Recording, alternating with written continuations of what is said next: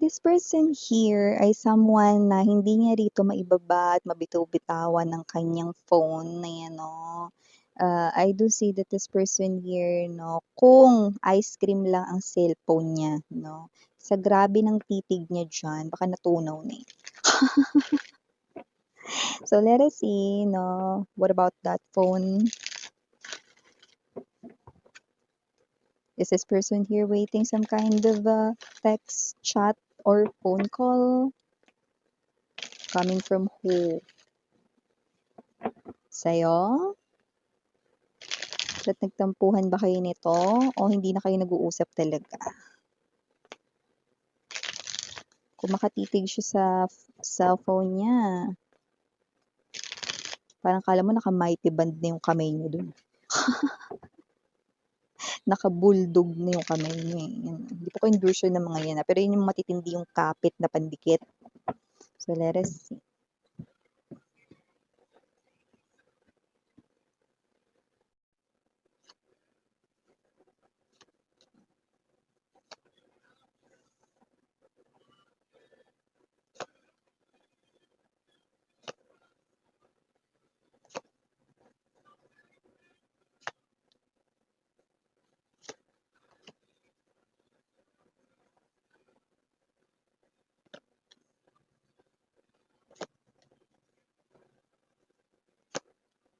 Ayun na nga, ayun. Ano ba yun, miss yan? Bottom of the deck, Queen of Swords, Eight of Wands, and the Six of Coins. Okay, listen. Oh, kung sino man 'to mga babes, with the Strength card energy and the Four of Cups, kahit siya nalilito na rin, oh.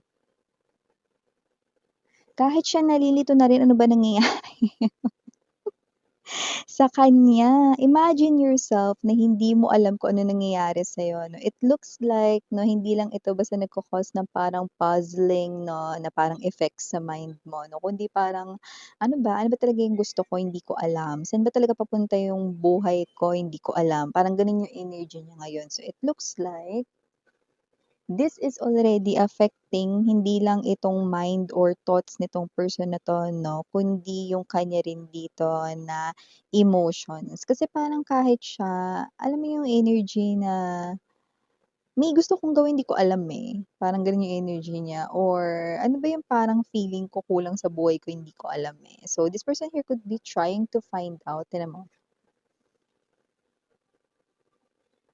Ace of Swords energy, the truth about this. Okay, but it looks like ang hinahanap niya talaga nito ay King of Coins energy, 'no, na hindi niya malaman kung ano yung niya with the King of Wands right in here na energy rin niya. Okay, it has something to do with stability because the Pentacle speaks about stability, speaks about commitment, 'no, para mas maging specific tayo dito sa stability na sinasabi, 'no. I do see that with the Four of Wands energy, this person here, 'no, ay gusto niya na rito ng stability or stable na commitment when it comes to love. A partner which is definitely true or magiging true sa kanya, yung talagang mag-a-accept rito for who siya rito, 'no, bilang siya, ayan, 'no. So, I do see that this person right in here, 'no, ay na-encounter niya na yon sa katauhan mo, okay. Pero nagkaroon rito, 'no, ng challenge sa inyong dalawa na nakita ko rito na nag-cause rito ng confusion sa inyo. So, I do pick up that this is you, 'no, the big door right in here is a symbol of you closing your door with this person here because with the judgment, this person here did something bad sa'yo. I do see that this person here, 'no, parang hindi niya rito na-provide kung ano yung mga pangangailangan mo, 'no, sa love. Okay, hindi niya yun na-fulfill tapos may mga nagawa pa siya ritong mga bagay na parang labag sa kagustuhan or kalooban mo. Five of Coins and energy right in here that you do not want to talk about this person, not even hearing yung kanyang pangalan, parang ayaw mo yun.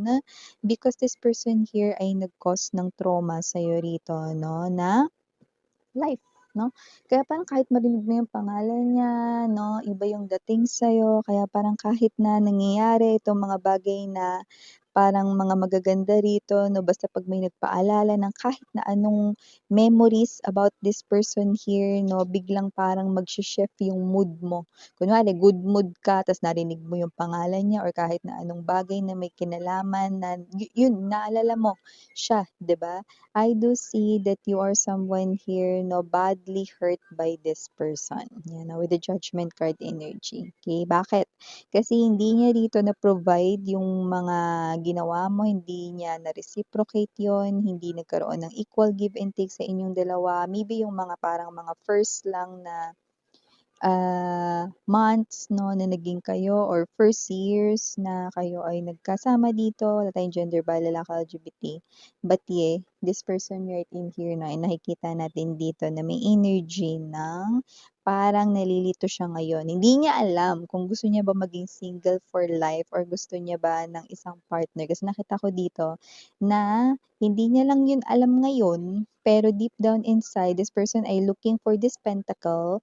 This person here ay looking for the stability, commitment in love, and this person here will soon realize na ikaw yon. See? Pero asan ka? Ikaw ngayon ay lumalayo sa kanya, maaaring siya rito no ay kinamumuhian mo, maaaring siya rito ay hindi naman sa kinamumuhian mo pero sana hindi mo na lang siya makita, mga ganong klase ng energy, you're blocking this person here, no? Like, hindi siya pwede ritong umenter sa life mo again.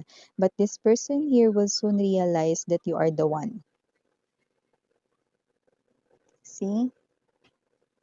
Kakaloka yung mare-realize niya ikaw ang the one, pero hindi ka niya nagawang ingatan at alagaan. Otte.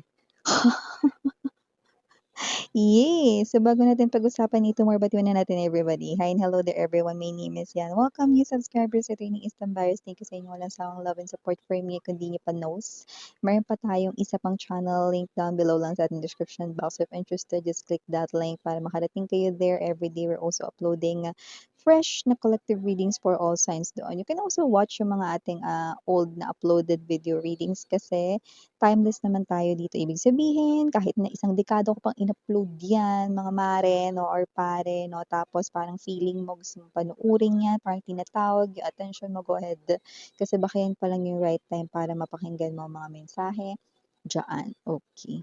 So, nakita ko dito ng energy na parang timang tong person na ito, no? Dahil nakita ko dito ng energy na haba-haba na nang na-type niya, binubura niya pa. Siyempre, bakit gano'n, Miss Yan? Siyempre, guilty siya, yun ang nakikita natin dito. Kasi nga parang hindi niya pa nga alam kung ito ba ang gusto niya o hindi, kung mahal ka pa ba talaga niya o hindi niya rin alam 'no. Kaya nga magulo siya ngayon. Magulo yung isip niya, magulo yung utak niya, this person's energy all over the place, scattered yung kanyang energy 'no. But don't worry, at hindi niya rin kailangan ditong mag-alala at mag-panic ngayon, pero nakikita ko siyang magpa-panic kapagka na-realize niya na 'no, sa pagdating rito ng few weeks, okey, nalilipas or sa paglipas rito ng mga buwan mare-realize niya 'no, na ikaw kanya ritong kailangan pala. See? Ay kaya nga yung sinasabi ingatan 'di ba, ingatan. Tapos eto sising-sisi siya ngayon dito 'di ba, Queen of Swords energy nakita ko rito lahat ng energy mo patalikod, eh.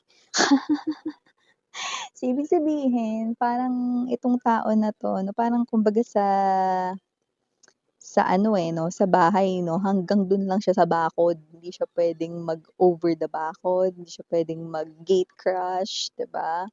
Kasi yun ang nakikita ko dito with the Queen of Swords, you are someone here 'no, prepared dito 'no, na yun hawak-hawak mo yung sword mo. Ayaw mo naman kasi na kapagka bumalik yang tao na yan, ayaw mo yung feeling na parang hindi ka ah, tawag nito, makaka-relax ng maayos kasi iniisip mo baka may ginagawa na naman 'tong mokong na 'to sa likod ko, baka mamaya lokohin na naman ako nito, baka saktan na naman ako nito. Laging nakabantay yung sword mo 'no, ayaw mo ng gano'ng feeling kasi hindi relaxing, hindi comforting, 'di ba? So, parang may energy ka na parang, um, ayaw mo ng bumalik dun sa sitwasyon na parang hindi ka mapakali. Ayaw mo ng parang namomroblema, 'di ba? Masarap nga naman sa feeling yung parang nagre-relax ka lang, napakain-kain ka lang diyan habang nanonood ng TV, hindi mo inaalala na yung person mo kung nagsisinungaling sa'yo, nagloloko sa'yo, 'no? Masarap yung gano'n yung feeling, 'no? Pero with this person, ito yung naiisip mo kasi nagkaroon siya rito ng bad impression sa'yo, 'yan. Eh, pero Miss 'yan, sabi mo, 'di ba, yang tao na yan ay niya ako pala kanyang kailangan. Oo, yan 'no. Ngayon, totoo ba yun? Or ano ba yung nakikita mo diyan? Yan ba ay parang magbabago din kagaya ng naiisip ko sa kanya? Well, sa nakikita ko rito, yan kasing naiisip mo sa kanya ay nakabase sa kung ano yung na-experience mo sa kanyang hindi maganda. Pero sa tinitingnan at nakikita ko ngayon sa kanyang energy 'no, kapagka na-realize niya ikaw kanyang kailangan, nakikita natin dito 'no, na itong person na 'to 'no, ay hindi, nagloloko sa kanyang energy. So, nagpapakita rito ng, dedication, okey, and pagtupad ng kanya ritong hindi niya naipapangako, pagtupad rito 'no, ng kanya ritong, vow sa sarili niya 'no, pagmamahal niya para sa'yo. Hindi niya sasabihin, "I promise na ganito, ganyan." Walang gano'n 'no. Okay, because, promises 'no ay ayaw mong naririnig na 'yan especially kung siya rin naman yung hindi tumupad nun dati, 'di ba? So, whoever this energy is, I do see na hindi niya na sasabihin yung word na 'yan na, "Promise ko sa'yo ganyan, ganyan." Wala, gagawin niya na lang be, yun ang nakikita natin dito. Six of Coins, I do see that this person here 'no will give you everything. Magugulat ka rin to the point na maaaring, mairita ka rin kasi parang halos lahat binibigay niya sa'yo, 'yan. May energy ka rin dito na hindi ka nagtitiwala sa kanya na maaaring mapaisip ka dito, "Naku, sa umpisa lang 'yan." 'Yan, maaaring gano'n yung makita makita, mo rito. Pero yun nga, nakita ko na nakabase with the Judgment energy 'no, kasi meron kang memories from the past na hindi maganda dito sa tao na ito kaya diyan nagpo-process 'yan. Okey, pero sa nakikita ko, itong tao na 'to na sa paglipas ng mga buwan lalo na ngayon nagsisimula na maguluhan yung isip niya 'di ba, unti-unti na rito na parang nababago or nashi-shift rito yung kanya ritong thinking at emotions 'no, for you guys 'no. So, hintayin mo lang 'no, na itong person na 'to 'no, ay tumapak talaga sa energy 'no ng, paghahabol sa'yo. This person will chase you, okey, at hindi yun saglit lang or panandalian lamang dito. This person here 'no, I will be consistent with this Six of Pentacles 'no, sa pagbibigay rito ng mga bagay na, kailangan mo 'no, kahit yung hindi mo kailangan ipo-provide niya rin 'yan sa'yo. Hmm, 'di ba? Kaya maaaring too good to be true or parang at first 'no, mag-isip ka rito na baka sa umpisa lang 'yan, ganyan naman 'yan, kilala ko 'yan, eh, ano. Pero kamukha't mukha at if ever lang naman, kasi lahat naman tayo ay may free will, if ever na pagbibigyan mo siya, makikita mo na nalalampas siya rito 'no, doon sa parang, iniisip mo sa kanya na hanggang gan'tong buwan lang siya, babalik na naman siya sa kung dating paano siya, sa kanyang ugali, mga gano'n 'no. Malalampasan niya 'yun and then you will, very pretty soon see 'no, and witness na, ay mukhang talagang nagbago na. Pero yay! Like what I've always na ano guys 'no, sa inyo, mini-mention, nasa inyo pa rin 'no, yung free will. Kung gusto ninyo na itong tao na 'to na ay magbalik sa buhay ninyo 'no, or talagang, mag-move on na lamang, palayo sa kanya rito 'no. Tsaka meron din kasi kayo ditong new love na lumalabas 'no. Meron ditong new love na nag-iintay rito na makilala ka 'no, and it's so worth it na yung new love na yun na paparating dito 'no. So, kagaya ng binanggit ko kanina 'no, kung gusto mo na parang Netflix chill ka lang 'no, tapos panood-nood lang, nagre-relax ka 'no, at hindi ka nag-aalala kung nagsinungaling ba siya sa ipinaalam niya sa'yo, etong tao na ito na paparating talagang, kasi gusto mo nung fresh, 'di ba, na energy, 'di ba? So, nakita ko meron ka ritong new love. So, it's your choice, okey? Kasi kung yung ex mo rin naman ito, nakikita ko naman dito na magiging consistent siya sa kanyang energy at hindi siya rito yung naiisip mo rito na magbabago rin 'no, pagkatapos ng binigay mo rito na limit sa kanya sa isip mo, okey? So, may gano'ng klase ng energy. So, for the initials we have here capital letter D as in dog, R. Oh, this person here could be a doctor or someone in the medical field. Baka yun ang profession niya, or baka inaral niya yan, or it doesn't have to be. Maybe this person right in here really wants to heal the connection. Yan. So just take only what resonates. You also have here capital letter K, capital letter N, capital letter A, capital letter R, and capital letter G. For small letters naman, we have O, P, J, T, L, and last but not the least, A. So, ito yung mga mensahe na nakuha ko para sa'yo. Mahalaga na yun yan na ani po the girls na yan. Na do na for the boys. Sarang hell of a light. And